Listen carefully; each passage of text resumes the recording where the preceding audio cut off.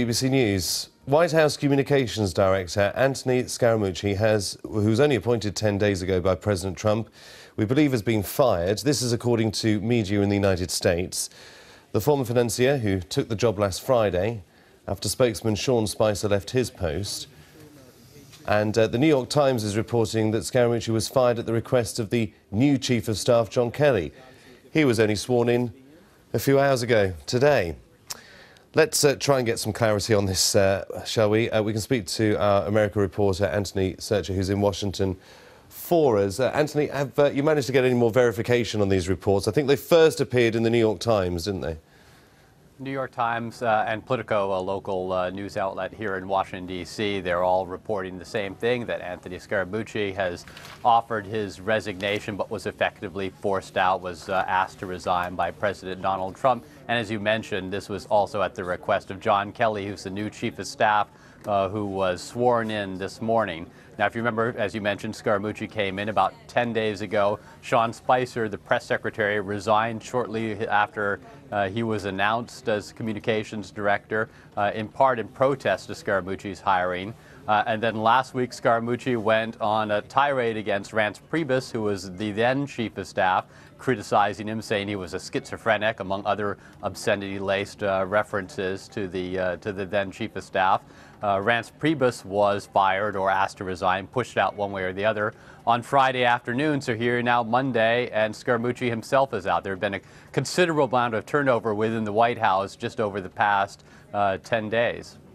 So what is behind all this chaos? On the face of it, it just seems like President Trump is hiring people who have different opinions, different ways of doing things, and aren't getting on and are quitting or being fired. Well, that was one thing that was remarkable about this White House, the way Donald Trump set it up, is that there were differing factions within the White House, people who had different agendas, people had different ideas of where the White House needed to go.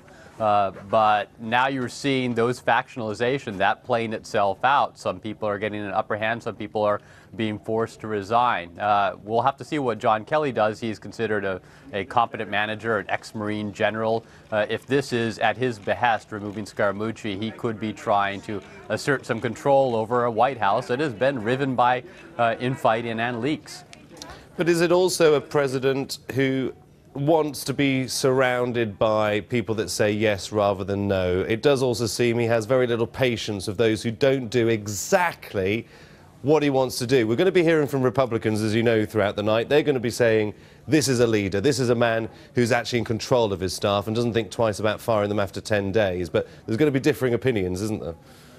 I think so. And I think if you look at some of the turnover in the past 10 days, Reince Priebus out, Sean Spicer out, they were brought in the beginning to be kind of like the old Washington hands, the insiders who could serve as a liaison between this outsider-based Trump administration and the powers that be, the Republican hierarchy.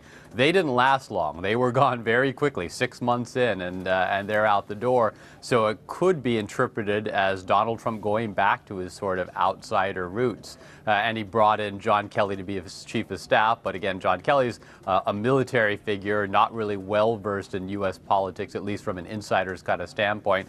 I will also note that the White House now has sent out a press release confirming that Scaramucci will be leaving his role as White House Communications Director. The line here is, Mr. Scaramucci felt it was best to give Chief of Staff John Kelly a clean slate and the ability to build his own team. We wish him all the best. That clean slate line, ironically enough, was the same sort of line that Sean Spicer used when he was leaving when Scaramucci came in. So we've had the slate cleaned several times in the last 10 days.